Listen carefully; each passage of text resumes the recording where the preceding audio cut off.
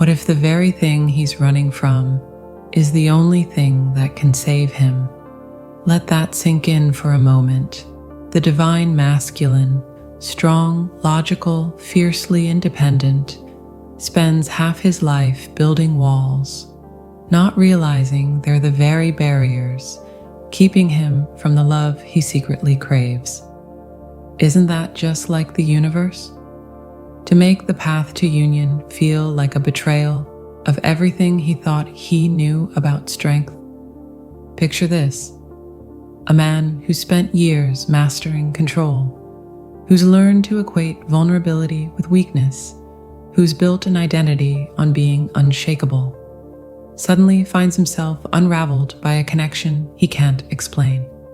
His mind screams danger, but his soul whispers remember.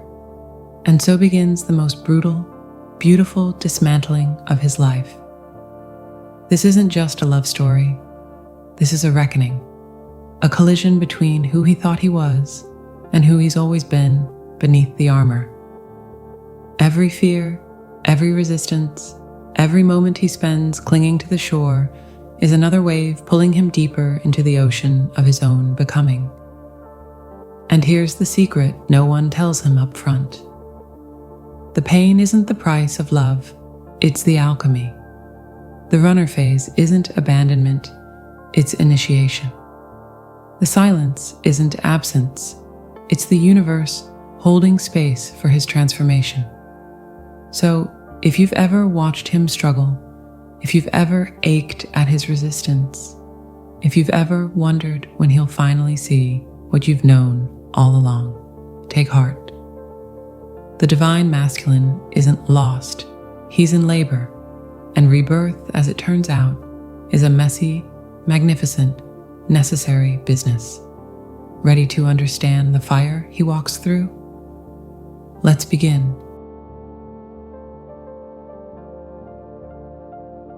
Let's talk about the moment the divine masculine wakes up, or rather, the moment he tries not to.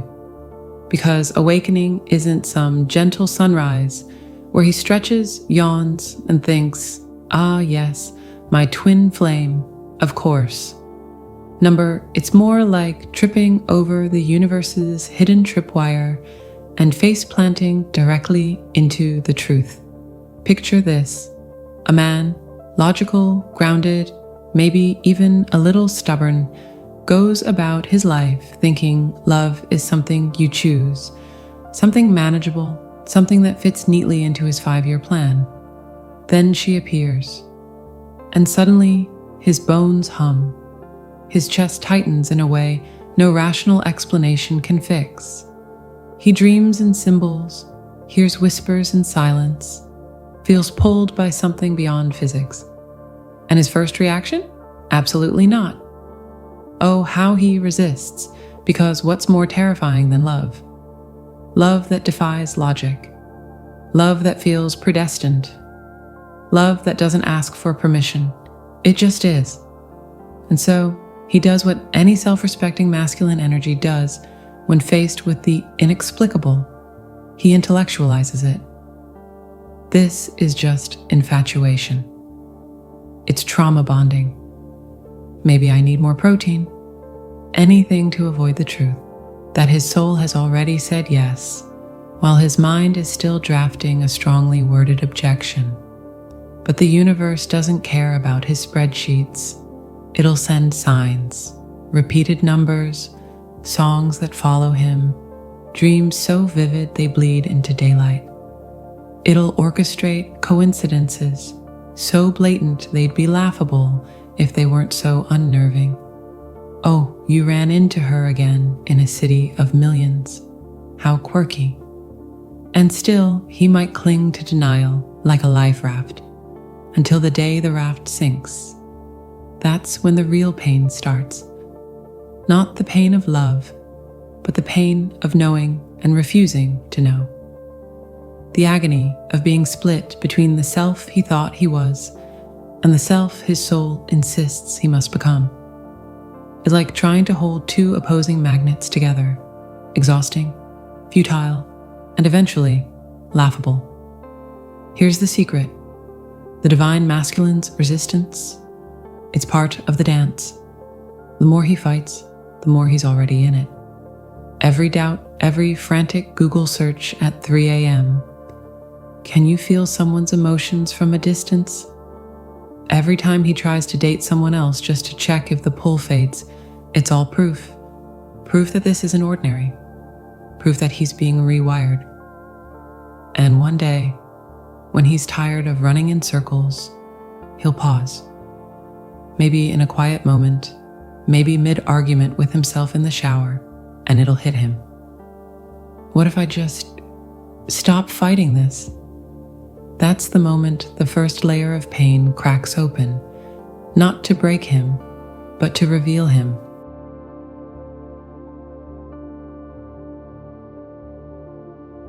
Let's talk about the runner phase, that glorious, messy, heartbreaking, and utterly necessary part of the twin flame journey where the divine masculine suddenly develops Olympic-level sprinting skills.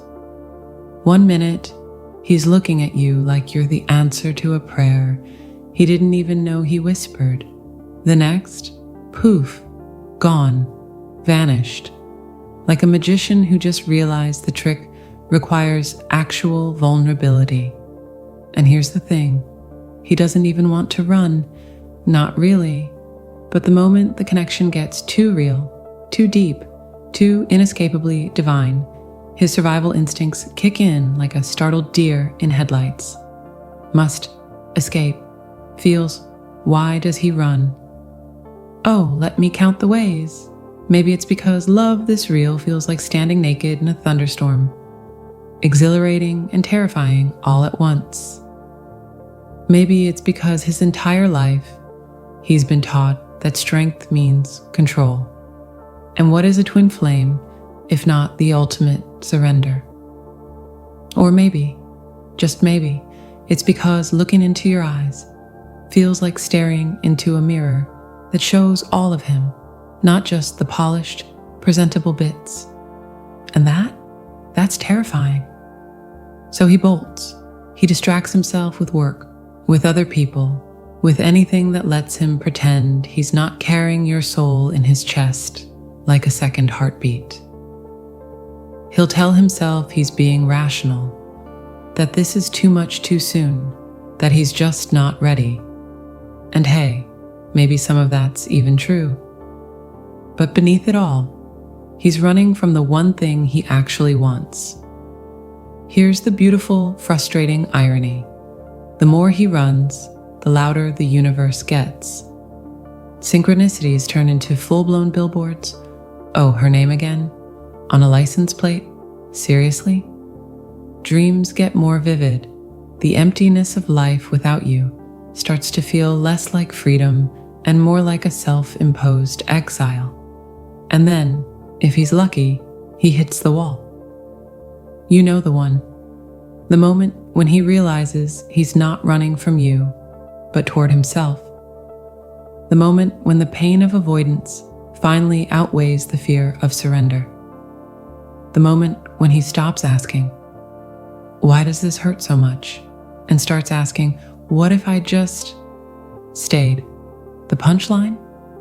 He was never really gone, not in the ways that matter. The runner phase isn't abandonment, it's preparation. It's the universe's way of giving him the space to outgrow the version of himself that couldn't handle this love. Every mile he puts between you is just another step on the path back home. So if you're the one watching him run, here's what you need to know. This isn't rejection, it's recalibration. And one day, when he's tired of his own excuses, when the silence becomes louder than the fear, he'll stop, he'll turn around, and he'll finally understand what you knew all along. You were never chasing him. You were just waiting for him to stop running from himself.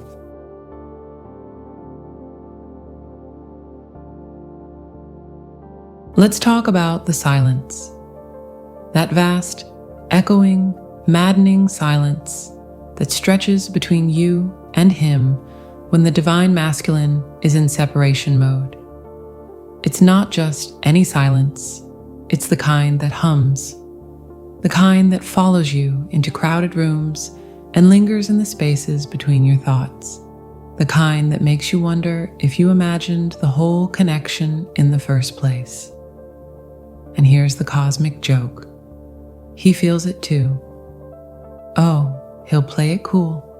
He'll throw himself into work, into hobbies, into anything that lets him pretend he's fine. Thanks very much. But then, some random Tuesday at 2 a.m., it hits him. That pull, that ache, that inexplicable urge to reach out, to bridge the gap, to say something. And what does he do? Absolutely nothing. Why? Because pride is a hell of a drug. Because admitting he misses you feels like surrendering to some unseen force he spent half his life pretending doesn't exist. Because the divine masculine's greatest fear isn't love. It's the terrifying, exhilarating, uncontrollable truth that love might just be bigger than him. Here's the thing about this loneliness. It's not punishment, it's preparation. The divine masculine isn't just missing you, he's missing himself, the version of himself that only exists in your presence, the one who's softer, braver, more alive. And the universe, it's ruthless in its mercy. It'll let him marinate in that absence until the lesson sinks in. You can't outrun what you're made of. The connection isn't gone. It's just waiting for him to stop pretending he doesn't hear it calling. Every time he tells himself this is for the best, every time he convinces himself he's moving on, every time he swears this silence is necessary, some part of him knows the truth. This isn't freedom, it's limbo. And one day, maybe after a dream he can't shake, maybe after a song that stops him dead in his tracks, maybe for no reason at all, he'll realize the only thing harder than being with you is being without you. And that, darling, that's when the real magic starts.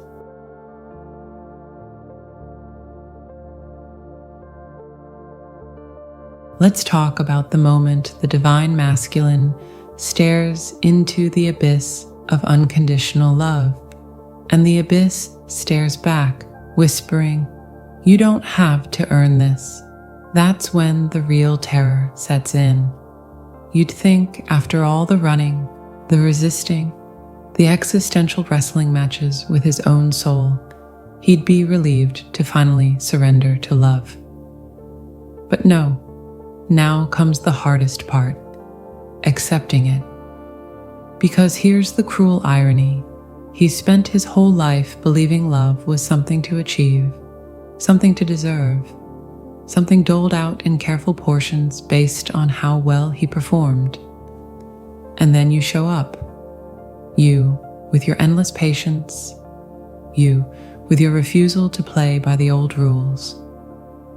You loving him without conditions, even when he's a mess, even when he's distant, even when he doesn't love himself. And that breaks him. Somewhere along the way, he internalized a brutal equation. Love equals performance. Maybe it was a father who only praised results, not effort. Maybe it was a culture that told him his value was in what he provided, not who he was. Maybe it was just the quiet, insidious voice of the world saying, "You're not enough as you are." So when divine love arrives, the kind that doesn't demand, doesn't barter, doesn't keep score, his entire system short circuits. It feels like a trick, a setup, a cosmic prank where the punchline is his own unworthiness. And so he tests it, pushes, sabotages, waits for the moment you'll finally snap and say, "Okay, you're right, you don't deserve this." Except you don't, and that's the most terrifying thing of all. One day, maybe in a quiet moment, maybe mid-argument, maybe when he's exhausted from running in circles, it hits him. What if love isn't something you earn? What if it's something you remember? That's when the old story starts to crumble. That's when he realizes the fear wasn't about you. It was about him. About the parts of himself he's been disowning for decades. The softness he called weakness. The need he called failure. The humanity he's been apologizing for since he was a boy. Here's the beautiful truth hiding beneath all that fear. The twin flame journey didn't make him worthy. It just showed him he always was. And when that realization lands, when he finally stops flinching from love like it's a flame that might burn him, that's when the real magic begins. Because the man who knows his own worth, that's the divine masculine who's ready for union.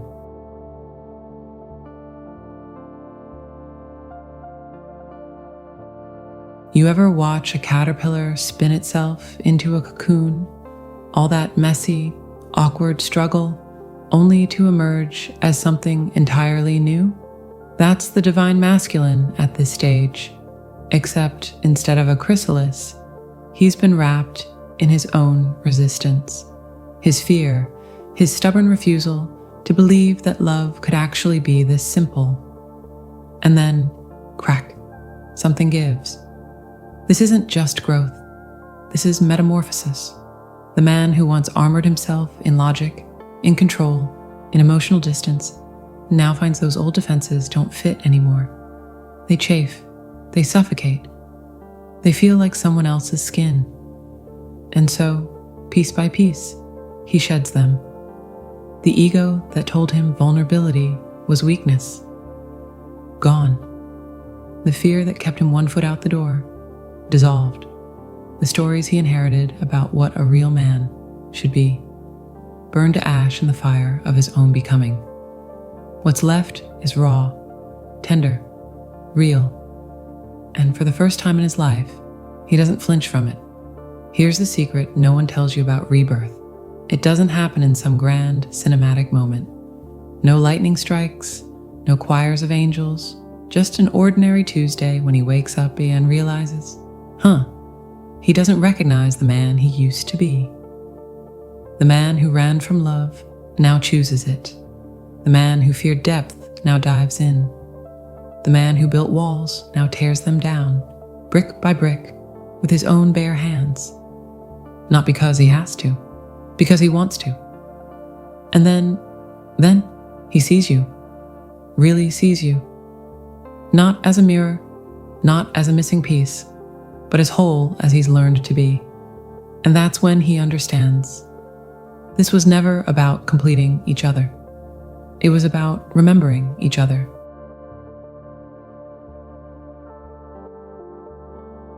Let's be honest. No one signs up for the twin flame journey thinking it'll be easy. If they did, the universe would probably hand out warning labels. Caution. This path will dismantle you. Reassembly required. But here's what they don't tell you. The dismantling isn't destruction. It's a reclamation. After all the running, the resisting, the nights spent arguing with the sky about why this hurts so much, he arrives at a truth so simple, it's almost laughable. Love wasn't the test, nay, it was the invitation. An invitation to shed the armor he mistook for strength. An invitation to forgive the parts of himself he'd exiled. An invitation to stop performing worthiness and just be worthy. And when he finally accepts it, that's when the magic happens. Not because he's fixed, but because he's free. Free to love without fear. Free to be loved without conditions.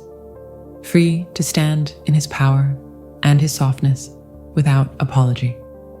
Here's the beautiful paradox of this journey. The divine masculine thought he was learning to love her. but really, he was learning to love himself. And in doing so, he became the man she always knew he was. Isn't that just like the universe? To make the path home a mirror, to make the lesson feel like loss until it reveals itself as the greatest gain.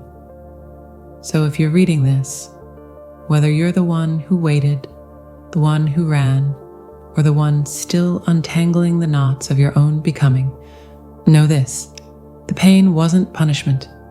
The separation wasn't abandonment. The silence wasn't absence.